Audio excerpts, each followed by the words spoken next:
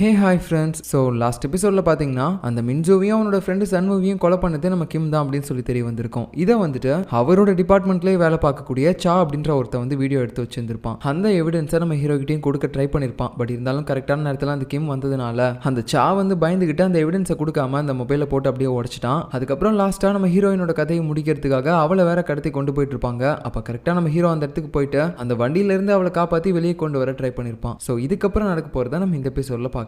Starting சீன்ல பாத்தீங்கன்னா அடுத்து அந்த வண்டியை ஓட்டிட்டு போயிட்டு இருந்த டிரைவர் என்னடா பின்னாடி ஏதோ டோர் ஓபன் பண்ண மாதிரி சவுண்ட் கேக்குது, ஒருவேளை தப்பிச்சு கீது போயிட்டாங்களோ அப்படின்னு சொல்லிட்டு வெளியே வந்து பார்க்கும்போது அந்த இடத்துல நம்ம ஹீரோ அவனை தூக்கி உள்ள போட்டுட்டு இந்த வண்டியை இவன் ஓட்டிட்டு போக ஆரம்பிக்கிறான். இந்த நேரத்துல இன்னொரு பக்கம் பாத்தீங்கன்னா இந்த அடியாட்கள் எல்லாருமே சேர்ந்து ஒரு பெரிய குழியை நோண்டி வச்சிருக்காங்க. எதுக்காகனா நம்ம ஹீரோயினையும் கூட்டு வந்ததுக்கு அப்புறம் இந்த இடத்துல போட்டு அவங்கள புதைச்சிடலாம் அப்படின்னு சொல்லிட்டு. ஸோ இப்படி அவங்க வெயிட் பண்ணிட்டு இருக்கும்போது அந்த இடத்துக்கு பாத்தீங்கன்னா அந்த வண்டியே வருது. பட் அவங்களுக்கு தெரியல உள்ள இருக்கிறது நம்ம ஹீரோ அப்படின்ட்டு. அவன் வந்த உடனே அப்படியே அந்த வண்டியில வச்சு இவங்க எல்லாரையும் முடிச்சு தள்ளிடலான்ற மாதிரி அப்படியே அவங்களை விட்டு ஏற்றுற மாதிரி போறான். டேடே இது நம்பால இல்லடா அப்படின்னு சொல்லிட்டு அவங்களும் பாத்தீங்கன்னா ஓடிட்டே இருக்கானுங்க. ஒரு கட்டத்துக்கு மேல அவனுங்க நோண்டி வச்சு அந்த குழியில அவங்களே விழுந்துட்டானுங்க. ஸோ இப்படி நம்ம ஹீரோவும் ஹீரோயினும் அந்த வண்டிக்குள்ள உட்காந்து காமெடி பண்ணிட்டு இருக்கும்போது கரெக்டா போலீஸ் ஆஃபீஸர்ஸும் விஷயம் தெரிஞ்சு அந்த இடத்துக்கு வந்துடுறாங்க. இப்போ அடுத்த நாள் பாத்தீங்கன்னா நம்ம ஹீரோ வந்துட்டு அந்த ஈக்கியாங்கும் அவனோட அசிஸ்டன்ட்டும் செம்மையா திட்டுறானுங்க. நீங்க இந்த அளவுக்கு தனிமையா எல்லா வேலையுமே இறங்கி பண்ணிருக்கீங்களா, ஒரு வார்த்தை எங்க கிட்ட சொல்லிருக்கலாம்ல, நாங்க ஏதாவது வந்து பண்ணிருப்போம் உங்களுக்கு ஹெல்ப், எங்க கிட்ட சொல்லாம நீங்களே எல்லாமே பண்ணிக்கிட்டா அப்புறம் நாங்க எதுக்கு அப்படின்னு சொல்லிட்டு அவங்க ஒரு மாதிரி கோவமா பேசிட்டு இருக்காங்க. அந்த நேரத்துல நம்ம ஹீரோயின் பாத்தீங்கன்னா ஒரு போட்டோவை காட்டுறா. சட்டமன்ற உறுப்பினர் சாகிறதுக்கு முன்னாடி இந்த ஆளுங்க கூட சேர்ந்து போட்டோ எடுத்திருக்காரு. ஸோ இதுல இருக்க யாரோ ஒருத்தர் தான் அந்த சட்டமன்ற உறுப்பினர் கூட ட்ரக் டீல் எல்லாம் இன்வால்வ் ஆயிருக்காரு. ஆனா அது யாருன்னு சொல்லி தெரியல அப்படின்ற மாதிரி பேசிட்டு இருக்கும்போது நம்ம ஹீரோ அந்த போட்டோல இருக்க ஒரு ஆளை பாக்குறான். அது வேற யாரும் கிடையாது, அந்த ட்ரக் டீலிங் பண்ணக்கூடிய காங் தான். ஏன்னா இதுக்கு முன்னாடி அந்த சட்டமன்ற உறுப்பினரை நம்ம ஹீரோ கைது பண்ண போகும்போது அவன் தான் வந்து அவனை காப்பாத்துறதுக்காக சண்டை போட்டு இருந்திருப்பான். இவனை நான் இதுக்கு முன்னாடி பாத்திருக்கேன்னு, ஒருவேளை இவன் தான் சட்டமன்ற உறுப்பினருக்கு ட்ரக்லாம் செல் பண்ணி இருந்திருப்பானா அப்படின்ற மாதிரி யோசிச்சுட்டு இதை கன்ஃபார்ம் பண்றதுக்காக இன்னொருத்தங்களை பாக்குறதுக்கு போறாங்க. அது வேற யாரும் கிடையாது, கிம்மோட அடியால் தான். லாஸ்டா அந்த ஜங்ஸுவை கிம் சாகடிச்சுட்டு அந்த பழியை தூக்கி இவன் மேல போட்டு இவனை உள்ள தள்ளிருப்பாரு. ஸோ இப்போ பாத்தீங்கன்னா இவங்கிட்ட வந்து கேட்டுட்டு இருக்காங்க, டே இந்த போட்டோல இருக்க யாரோ ஒருத்தங்க தான் ட்ரக் டீலரா இருக்காங்க, அவங்க கூட தான் இப்போ கிம்மோ அந்த ட்ரக் டீலிங் வேலையெல்லாம் பார்த்துட்டு இருக்கான்னு எங்களுக்கு தெரியும், சரி சொல்லு இதுல அந்த ட்ரக் டீலர் யாரு அப்படின்னு சொல்லி கேட்கும்போது நான் எதுக்கு சொல்லணும், அப்படி நான் சொன்னா உங்களால எனக்கு ஏதாவது கிடைக்குமா என்ன அப்படின்ற மாதிரி கேட்கும்போது டேய் லூஸ் மாதிரி பேசிட்டு இருக்காத, இவ்வளவு தூரம் வந்ததுக்கு அப்புறமும் நீ இப்போ வரைக்கும் அந்த கிம்முக்கு சப்போர்ட் பண்ணி பேசிட்டு இருக்கா, அவன் பாட்டுக்கு அவனை சேஃப் பண்ணிட்டு போயிட்டே இருப்பான், உன்ன மாதிரியான ஆளை பத்தி கவலைப்படவே மாட்டான், அப்பேற்பட்ட ஆளுக்காக நீ ஏன்டா விசுவாசமா இருக்க,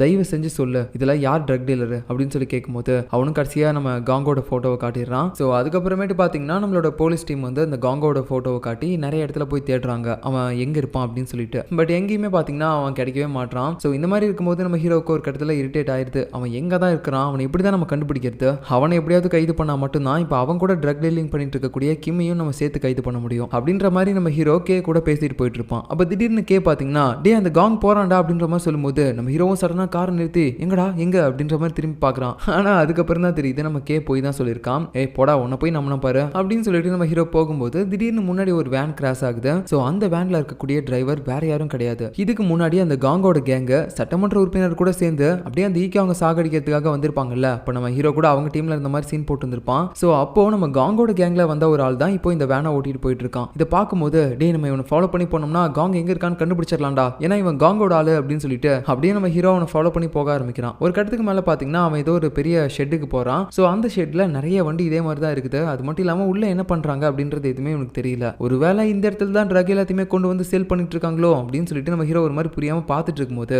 அங்க இருக்கக்கூடிய ஒரு ஆள் இவனை பாத்துறான். உடனே அவன் பக்கத்துல வர மாதிரி தெரிஞ்ச உடனே நம்ம ஹீரோக்கு என்ன பண்றதுன்னே தெரியல. அங்க பக்கத்துல ஒரு வேன் இருக்கும், அதுல போய் ஏறி உட்காந்துக்கிறான். இவன் உள்ள இருக்கிற விஷயம் தெரியாம அங்க வேலை பார்க்குற ஒருத்தன் நிறைய பாக்ஸ் எடுத்து வந்து வச்சுட்டு அப்படியே அந்த டோரையும் க்ளோஸ் பண்ணி வண்டி எடுத்துட்டு கிளம்ப ஆரம்பிச்சிடறான். ஐயோ நம்ம உள்ளே அப்ப மாட்டிக்கிட்டோமா அப்படின்னு சொல்லிட்டு நம்ம ஹீரோவும் கேவும் பாத்தீங்கன்னா புலம்பிட்டே போயிட்டு இருக்காங்க. இந்த சேம் டைம்ல பாத்தீங்கன்னா இன்னொரு பக்கம் நம்ம ஹீரோயின் அந்த காங்கோட போட்டோவை தான் நிறைய இடங்கள்ல போய் காட்டி விசாரிச்சுட்டு இருக்கா, இவனை பாத்திருக்கீங்களா அப்படின்னு சொல்லிட்டு. ஸோ இப்படியே பாத்தீங்கன்னா விசாரிச்சுட்டு ஒரு கேண்டி ஷாப்புக்கு போறா. அங்க இருக்கக்கூடிய ஓனரும் பாத்தீங்கன்னா இல்ல எனக்கு தெரியாது அப்படின்ற மாதிரி சொல்லிட்டு இருப்பான். ஆக்சுவலா இந்த கேண்டி ஷாப் யாருதுன்னு பாத்தீங்கன்னா நம்ம யாங்கோட தான், அவ அங்கதான் உட்காந்துட்டு இருப்பான். அது மட்டும் இல்லாம நம்ம ஸ்டார்டிங்லேயே பார்த்திருப்போம் ஒரு கேண்டி ஷாப்போட நேமை வச்சுதான் அவ வெளிநாட்டுல இருக்கக்கூடிய சரக்கு எல்லாத்தையுமே கொரியாவுக்கு கொண்டு வந்துட்டு இருப்பா. ஸோ அந்த கேண்டி ஷாப் தான் இது போல.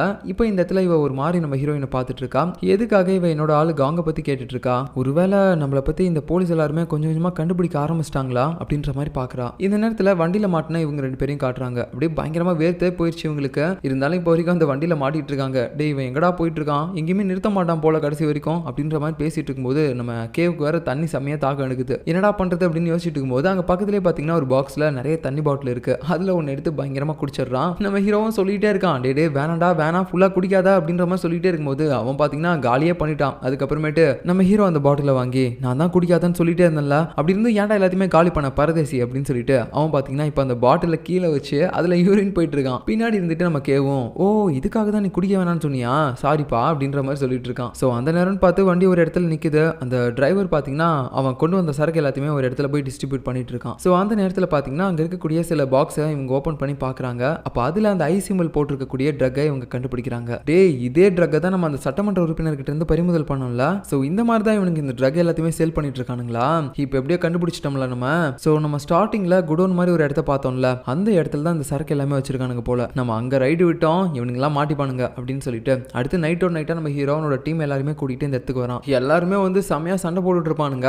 அப்போ அதுல நம்ம ஹீரோட அசிஸ்டன்ட் பாத்தீங்கன்னா அந்த காங்க கிட்ட வந்து சண்டை போடுவான். ஏன்னா அவனும் இந்த இடத்துல தான் இருப்பான் போல. சோ ரெண்டு பேருமே வெறித்தனமா சண்டை போடுவாங்க. ஒரு கட்டத்துக்கு மேல அந்த காங்க அந்த அசிஸ்டன்டோட வயிற்றிலே கத்தி வச்சு இறக்கிடுறான். அதுக்கப்புறம் அவனோட கதையையும் முடிக்க ட்ரை பண்ணும்போது கரெக்டா நம்ம ஹீரோ அந்த இடத்துக்கு வந்து காங்க போட்டு பொழந்து எடுத்துறான். இந்த நேரத்துல அசிஸ்டன்ட்க்கு என்னாச்சு அப்படின்னு சொல்லி பார்க்கும்போது அவன் வேற மூச்சு பேச்சு இல்லாம இருப்பான். கோவத்துல இவன் மறுபடியும் அவன் அடிக்கலாம்னு சொல்லி போகும்போது சரி ஓகே நான் சரண் நினைச்சிடறேன் அப்படின்ற மாதிரி சொல்லிடுறான். சோ அதுக்கப்புறம் நம்ம ஹீரோவை அட்டாக் பண்ணல. இப்ப கட் பண்ண அடுத்த சீன்ல பாத்தீங்கன்னா விசாரணை நடந்துட்டு இருக்குது. இவனை வந்து விசாரணை ரூமுக்கு கூட்டு போயிட்டு இந்த ட்ரக் எல்லாம் உனக்கு எப்படி கிடைக்குது, இல்ல இந்த ட்ரக் டீலிங்ல உனக்கு மேல யாராவது இருக்காங்களா என்ன, இறந்து போன பழைய சட்டமன்ற உறுப்பினர் கூட சேர்ந்து நீங்க தானே ட்ரக் டீலிங் எல்லாம் பண்ணிட்டு இருந்தீங்க அப்படின்ற மாதிரி நிறைய கொஸ்டின்ஸ் கேட்டுட்டே இருக்கான். ஆனா இந்த பைத்தியக்காரன் அது எதுக்குமே ஆன்சர் பண்ணாம ஒரு மாதிரி இவனை பார்த்து சிரிச்சுட்டே தான் இருக்கான். ஒரு கட்டத்துக்கு மேல அந்த கைவிலங்கு இருக்குல்ல, அதை வச்சு அவனோட கையை அறுத்துக்கிட்டு சாகிற மாதிரி பண்ணிட்டு இருக்கான். இதை பார்த்துட்டு நம்ம ஹீரோவும் ஈக்கியாங் தான் வந்து தடுக்க ட்ரை பண்ணிட்டு இருப்பாங்க. கரெக்டா அப்போன்னு பார்த்து அந்த இடத்துக்கு கிம் வரான். சரி சரி நீங்க விசாரிச்சதெல்லாம் போதும், அவனை எங்க கிட்ட கொடுங்க, ஏன்னா இதுக்கப்புறம் நாங்க தான் அவனை விசாரிக்கணும். என்ன சொல்ற, ஏய் கஷ்டப்பட்டு நாங்க இவனை பிடிச்சிருக்கோம், இன்னும் நீ வந்து விசாரிக்கணும்னு கூட்டு போற,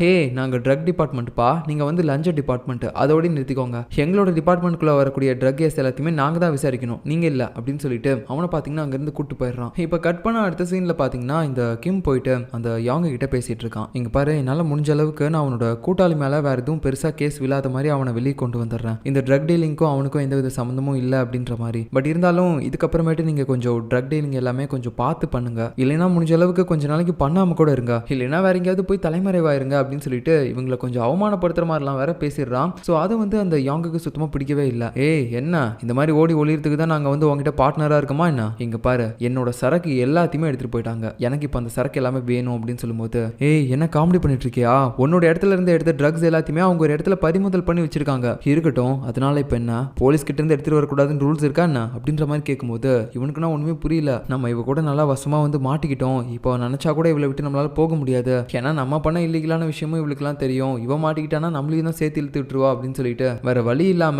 இவனோட டீம்மேட் அந்த சான்ற ஒருத்தர் இருப்பான்ல அவன்கிட்ட போய் எல்லாத்தையுமே சொல்றான். டே நமக்கு இப்போ வேற வழி தெரியலடா, போலீஸ்காரங்க பறிமுதல் பண்ணி வச்சிருக்க ட்ரக்ஸே நம்ம எப்படியாவது எடுத்தாகணும். சார் என்ன சார் சொல்றீங்க, ஆமாடா இப்போ நமக்கு வேற வழி இல்ல, நம்ம எப்படியாவது கடைசியா அந்த ஒரே ஒரு தப்பை மட்டும் பண்ணி வேற எங்கேயாவது ஓடி போயிடலாம், இதை நம்ம பண்ணா அந்த யாங் நமக்கு பணம் கொடுக்கறதா கூட சொல்லியிருக்கா, அதனால இப்போ நமக்கு வேற வழி இல்ல, நம்ம தப்பு பண்ற ட்ராக்ல வந்துட்டோம், நினைச்சாலும் இதுக்கப்புறம் இதுல இருந்து நம்மளால பின்வாங்க முடியாது, அதனால கடைசியா ஒரு தடவை நம்ம இதை பண்ணிடலாம் அப்படின்ற மாதிரி சொல்லிட்டு ரெண்டு பேருமே பாத்தீங்கன்னா போலீஸ்காரங்க பறிமுதல் பண்ணி வச்சிருக்க ட்ரக்ஸ் எடுக்கலாம்னு சொல்லிட்டு போறாங்க. இந்த சேம் டைம்ல பாத்தீங்கன்னா நம்ம ஹீரோ அவனோட அசிஸ்டன்ட் பாக்குறதுக்காக அப்படியே ஹாஸ்பிட்டலுக்கு போவான். அப்போன்னு பார்த்து வெளியில அவனோட ஒய்ஃப் வேற இருப்பா. நம்ம ஹீரோவும் எதுவுமே தெரியாத மாதிரி கண்டுக்காம போலான்னு சொல்லி பார்த்தாலும் அவங்க பார்த்துட்டாங்க. ஏங்க வா, ஆமா என்னோட ஹஸ்பண்டுக்கு எதுவுமே ஆகாது, அவரை நல்லபடியா பாத்துக்கிறேன் அப்படின்ற மாதிரி தான் என்கிட்ட சொன்னேன், இப்போ என்ன அவர் கத்தி குத்து வாங்கியிருக்காரு, அவருக்கு எதுவும் ஆகாது அது எனக்கு தெரியும், இருந்தாலும் இப்போ அவருக்கு ஒரு ப்ராப்ளம் வந்துச்சு, அதுக்கு நீ தானே காரணம் அப்படின்ற மாதிரி சொல்லிட்டு இருக்கும்போது ஆமா இதோ தெரியாம ஒரு டைம் ஆயிடுச்சு, இதுக்கப்புறம் நடக்க விட மாட்டேன், நான் எதிர்பார்க்காத நேரமா பார்த்து நடந்துச்சு அப்படின்ற மாதிரி அவன் மழுப்பிட்டு இருக்கும்போது சரி சரி சீக்கிரம் உள்ள போய் பாரு, அந்த இடத்துல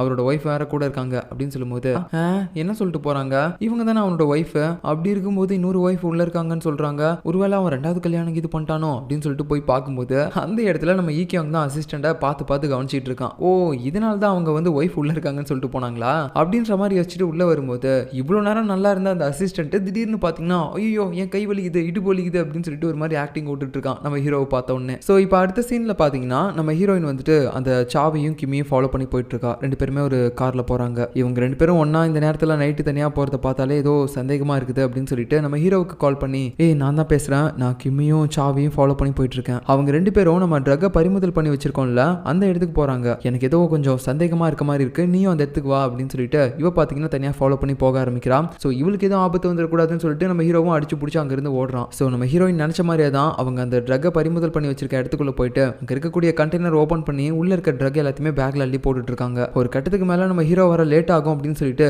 அவங்கள தப்பிக்க விடக்கூடாது அப்படின்ட்டு இவ பாட்டுக்கு டைரக்டா கார் எடுத்துட்டு உள்ள போயிட்டா. சோ அப்படியே கன் பாயிண்ட்ல அவங்க ரெண்டு பேரும் மிரட்டிட்டு வேற இருக்கா. இங்க பாருங்க, நீங்க பெரிய தப்பு பண்ணிட்டு இருக்கீங்க. இவ்வளவு நாளா நீங்க போலீஸ்க்கு தெரியாம தான் அதெல்லாம் பண்ணிட்டு இருந்தீங்க. ஆனா இப்போ போலீஸ் கிட்டே பண்ண ஆரம்பிக்கிறீங்க அப்படின்ற மாதிரி இவன் மிரட்டிட்டு இருக்கும்போது திடீர்னு அந்த கிம் அவங்க கூட்டாளி அந்த சாவடியே பாத்தீங்கன்னா கன் பாயிண்ட்ல பிடிச்சிட்டான். இங்க பாரு, இப்போ மட்டும் நீ கண்ணை கீழே போடல, நான் இவனோட தலையை பொழந்துருவேன், கண்ணை கீழே போடு அப்படின்னு சொல்லும்போது அவ பாத்தீங்கன்னா அவன் சாக கூடாது அப்படின்றதுக்காக கண்ணை கீழே போட்டுறா. கரெக்டா அப்போன்னு பார்த்து நம்ம ஹீரோவும் அந்த இடத்துக்கு வந்துடுறான். உடனே பாத்தீங்கன்னா அந்த சாவை மட்டும் அங்கேயே விட்டுட்டு அந்த கிம் கார்ல ஏறி தப்பிச்சு போயிடுறான். சோ நம்ம ஹீரோவும் பாத்தீங்கன்னா உடனே அப்படியே காரை ரிட்டர்ன் எடுத்துட்டு போயிட்டு அவனை ஃபாலோ பண்ணி போயிட்டு இருக்கான். சோ கூடவே நம்ம ஈக்கியாங்க இருக்கான். இவனுக்கு ரெண்டு பேருமே சேர்ந்து கிம்ம ஃபாலோ பண்ணி போயிட்டு இருக்கும்போது ஒரு கட்டத்துல அவன் எந்த பக்கம் போனானே தெரியல. சோ எங்க போனா அப்படின்ற மாதிரி சுத்தி பார்க்கும்போது அங்க பக்கமா ஒரு இடத்துல பாத்தீங்கன்னா பொம்மை எல்லாமே விழுந்து கிடக்குது. சோ கண்டிப்பா அவன் வேகமா இந்த பக்கமா தான் யூட்டன் போட்டிருப்பான், அப்பதான் அதெல்லாம் இடிச்சு விட்டு போயிருப்பான் அப்படின்னு சொல்லிட்டு இவங்க வந்து அந்த வழியில போறாங்க. சோ இந்த கிம்மு பாத்தீங்கன்னா அந்த யாங்க சொன்ன இடத்துக்கு அந்த ட்ரக் எல்லாத்தையுமே எடுத்துட்டு வந்துட்டான். ஆனா அந்த இடத்துல கிம்மெல்லாம் இல்ல, அவளோட அடியாட்கள் தான் இருக்காங்க. அவங்க கிட்ட அவன் அந்த ட்ரக்கை கொடுத்ததுனால அவங்க பாத்தீங்கன்னா இவனுக்கு பணமும் கொடுக்குறாங்க. சோ இதை செக் பண்ணி பார்த்துட்டு இருக்கும்போது கரெக்டா பாத்தீங்கன்னா அந்த யாங்க அவளோட அடியாட்கள் கிட்ட சொல்றா கால் பண்ணி, ஏய் நல்லா பாத்தீங்களா நம்மளோட ட்ரக் எல்லாமே கரெக்டா வந்திருக்கா? வந்திருக்கு மேடம். சரி ஓகே, அவனை போட்டு தள்ளிருங்க அப்படின்ற மாதிரி சொல்லிடுறா. உடனே அவனுங்களும் கிம்ம போட்டு தள்ளுறதுக்காக கண்ணை எடுக்கும்போது கிம்ம பாத்தீங்கன்னா அவங்களோட அட்வான்ஸா அவங்கள போட ஆரம்பிச்சிடறான். எனக்கு முன்னே தெரியும் கண்டிப்பா இந்த மாதிரி ஏதாவது நடக்கும்னு சொல்லிட்டு, அதனால தான்டா நான் இதுக்கும் சேஃப்டிக்கு கன் எடுத்துட்டு வந்தேன். என்னைய வச்சே வேலை வாங்கிட்டு அந்த யாங்க என்னையவே கொலை பண்றாளா, உங்களுக்கு கரெக்டா ஏதாவது பாடம் கத்து கொடுக்கணும் அப்படின்னு சொல்லிட்டு அவன் கொண்டு வந்த அந்த ட்ரக் பேக் இருக்குல்ல அதை பாத்தீங்கன்னா அப்படியே கொளுத்தி விட்டு போயிடுறான். கரெக்டா அந்த நேரம்னு பார்த்து நம்ம ஹீரோவும் பாத்தீங்கன்னா அந்த இடத்துக்கு போலீஸும் நிறைய பேரை கூட்டு வந்துடுறான். அதனால இவங்க எல்லாருமே வந்து கைது பண்ணிடுறாங்க. இருந்தாலும் இந்த கிம்ம மட்டும் பாத்தீங்கன்னா தனியா தப்பிச்சு போயிருப்பான். அவனை ஃபாலோ பண்ணி நம்ம ஹீரோவும் அந்த கட்டிடத்துக்கு போறான். ஆக்சுவலா இந்த கட்டிடத்துல தான் மின்சுவியும் அவனோட ஃப்ரெண்டு சன்மூவியும் இந்த கிம் கொண்டிருப்பான். இப்போ அதே கட்டிடத்துக்கு தான் ரெண்டு பேரும் வந்திருக்காங்க. சோ வெறித்தனமான ஃபைட் இந்த இடத்துல ஓடும். அப்போ ஒரு கட்டத்துல அந்த கிம் நம்ம ஹீரோவையும் ஷூட் பண்ணிட்டு அப்படியே அந்த பண பேக் எடுத்துட்டு அங்கிருந்து ஓடுறான். சோ யார் கண்ணிலுமே படாம இங்கிருந்து எப்படியாவது தப்பிச்சு போயிடணும் அப்படின்ற மாதிரி அவன் பார்த்துட்டு இருக்கும்போது மறுபடியும் நம்ம ஹீரோ வந்துட்டான். எனக்கு தெரியும்டா நீ கண்டிப்பா அந்த மாதிரி கன் எல்லாம் வச்சு என்கிட்ட ஷூட் பண்ணுவேன்ட்டு, அதுக்காக தான் நான் எதுக்கும் சேஃப்டிக்கு இந்த புல்லட் ப்ரூஃப் ஜாக்கெட்டை போட்டு வந்தேன். அது எனக்கு எவ்வளவு நல்லதா போச்சு பாத்தியா அப்படின்னு சொல்லிட்டு போட்டு அடின்னு அடிக்கிறான் மறுபடியும் கிம்ம போட்டு. அப்போ ஒரு கடத்துல மறுபடியும் பாத்தீங்கன்னா அந்த கிம்ம அவனோட கன்னை எடுத்து நம்ம ஹீரோவை ஷூட் பண்றதுக்காக எய்ம் பண்ணிட்டு இருக்கும்போது சரியா நம்ம ஹீரோயின் வந்து அப்படியே அவனோட ஷோல்டர்லயே ஷூட் பண்றா. ஒரு கட்டத்துக்கு மேல அப்படியே அந்த கிம்ம பாத்தீங்கன்னா அந்த பண பேக்கோட அந்த பள்ளத்துல விழற மாதிரி போகும்போது நம்ம ஹீரோ போயிட்டு பிடிக்கிறான். அவன் வந்து அந்த கிம்ம டைரக்டா பிடிக்கல, அந்த பண பேக் தான் பிடிச்சிருக்கான். ஒரு கட்டத்துக்கு மேல வெயிட் தாங்காம அந்த பண பேக் கிழிஞ்சு அப்படியே மேல இருக்க பணம் எல்லாமே கொட்டிக்கிட்டு இருக்குது. இந்த கருமத்தை சம்பாதிக்கணும் அப்படின்றதுக்காக தானே இவ்வளவு வேலையையும் நீ பண்ண. இப்போ உன்னோட உயிர் போற மாதிரி இருக்கக்கூடிய நேரத்துல இது உன்னை காப்பாத்துமா சொல்லுடா அப்படின்ற மாதிரி நம்ம ஹீரோ பயங்கரமா கத்திக்கிட்டு அவனை எப்படியே மேல தூக்கிடுறான். நம்ம ஹீரோயின் இந்த இடத்துல ஹெல்ப் பண்ணிடுறான். சோ அதுக்கப்புறமேட்டு பாத்தீங்கன்னா அந்த கிம்ம வந்து கைது பண்ணி எப்படியோ இது நாள் வரைக்கும் இழுத்துக்கிட்டு இருந்தா அந்த மின்சோட கேஸை ஒரு முடிவுக்கு கொண்டு வந்துட்டாங்க. ஏன்னா அந்த தப்பு எல்லாமே பண்ணது அந்த கிம்மு தானே. சோ கேஸ் முடிஞ்ச கையோட நம்ம ஹீரோ பாத்தீங்கன்னா அப்படியே வீட்டுக்கு போலான்னு பாக்குறான். அந்த நேரம் பார்த்து நம்ம ஹீரோயின், ஏய் எங்க போற, உனக்கு பாரு மூஞ்சில சின்ன சின்ன காயம்லாம் இருக்கு, அதுக்கு நான் பேண்டேஜஸ் போட்டு விடுறேன் உள்ள வா அப்படின்னு சொல்லிட்டு அவனை கூட்டு போறா. ஆனா அப்படி போனதுக்கு அப்புறம் பாத்தீங்கன்னா நிறைய ட்ரெஸ் எல்லாத்தையுமே அவ போட்டபடி அப்படியே போட்டு இருந்திருப்பான். இதை பார்த்துட்டு ஒரு மாதிரி ஷையான ஃபீல் இல்ல, அவ இது எல்லாத்தையுமே எடுத்து மறுபடியும் அரேஞ்ச் பண்ணிட்டு இருப்பா. அதுக்கப்புறமேட்டு அந்த ஃபர்ஸ்ட் எய்ட் கிட்ட எடுத்துட்டு வந்து அவனுக்கு பேண்டேஜஸ் எல்லாம் போட்டுட்டு இருக்கும்போது